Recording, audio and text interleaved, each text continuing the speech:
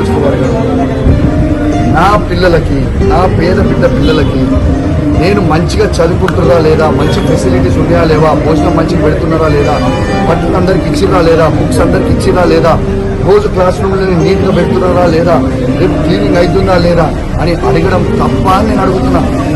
ఒక్కసారి ఆలోచన చేయండి, ఇది ఎంత అన్యాయం. దాని తర్వాత అది పెట్టిన తర్వాత ఈ నోటీస్ పంపడం అనేది ఎంత అన్యాయం. ఇలా ఎంత సిగ్గు చేయడం. జిల్లాల మంత్రి గారు రెవెన్యూ మీటింగ్ పెట్టి ఎడ్యుకేషన్ ఎట్లయితుంది అనేది తెలుసుకోవాల్సింది పోయి ఇవాళ వాళ్ళ మర్చిపోయి వాళ్ళు కనీసం రెవెన్యూ మీటింగ్ పెట్టకుండా ఒక బాధ్యతగా పట్టించుకోకుండా ఇలా మేము రెవెన్యూ మీటింగ్ పెట్టి యాక్షన్ తీసుకుంటే how far is this correct? నేను మాట్లాడితే జవాబు ఉండదు. Hi, this is Neha Shetty. Please subscribe to GK News. Hi everybody, subscribe to GK News.